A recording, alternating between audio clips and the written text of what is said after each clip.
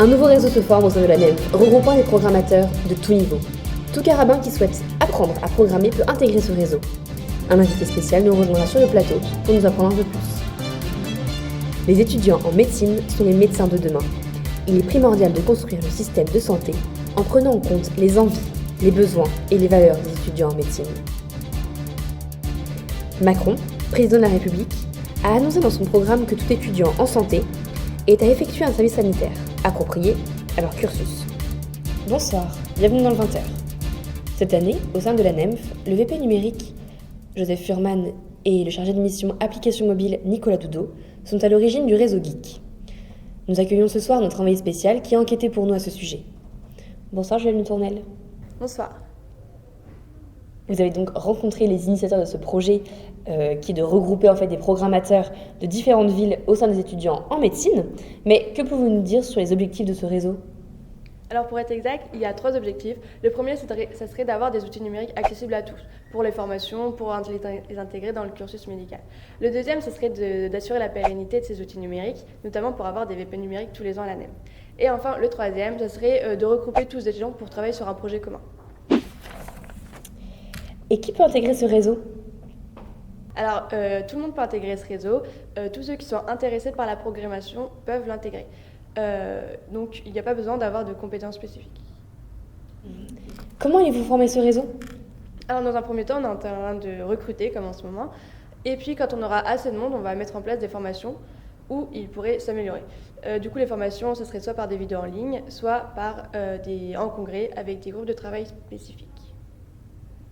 Merci beaucoup, Juliette Tournel. Merci à vous. Le système de santé est en constante évolution, du fait des progrès technologiques, numériques, mais également démographiques. Ces évolutions appellent à des choix politiques qui façonnent jour après jour le système de santé de demain. Le système de santé est donc appelé à changer, mais ce changement doit se faire avec les étudiants en médecine, c'est-à-dire vous. C'est le rôle de la NEMF de porter ses revendications et ses visions auprès de la sphère politique.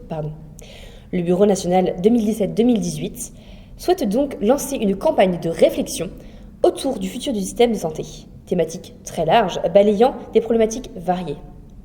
Nous retrouvons donc tout de suite notre envoyé spécial pour plus d'informations. Bonsoir. Bonsoir Bastien, vous êtes en direct du congrès de la NEMF, dernier congrès de la NEMF.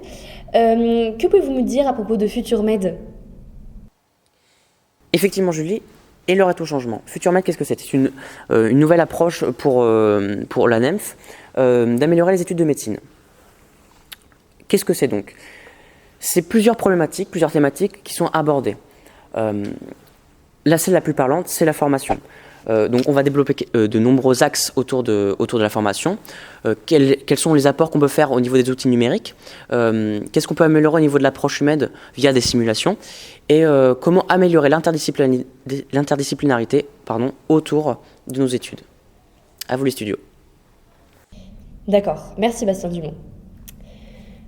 Aux dernières nouvelles, la NEMF souhaiterait organiser une convention nationale sur l'avenir du système de santé. Donc en fait, ce serait un événement comparable à la convention aux états généraux du second cycle, mais sous un format légèrement différent, avec des ateliers, des stands et ouvert à un public beaucoup plus large. Nous vous tiendrons au courant dès que nous aurons de plus amples informations. Sans transition, le service sanitaire. Donc d'après l'annonce présidentielle de notre président M. Macron, le service sanitaire correspond à un stage de 3 mois, durant les études où des actions de prévention primaire et de promotion de la santé seront confiées à tous les étudiants en santé. Voici la fin de ce journal, merci de votre fidélité. Nous vous retrouverons pour le prochain conseil d'administration. En attendant votre programme Joséphine Ange Gardien, je vous souhaite à tous une très bonne soirée et à très vite.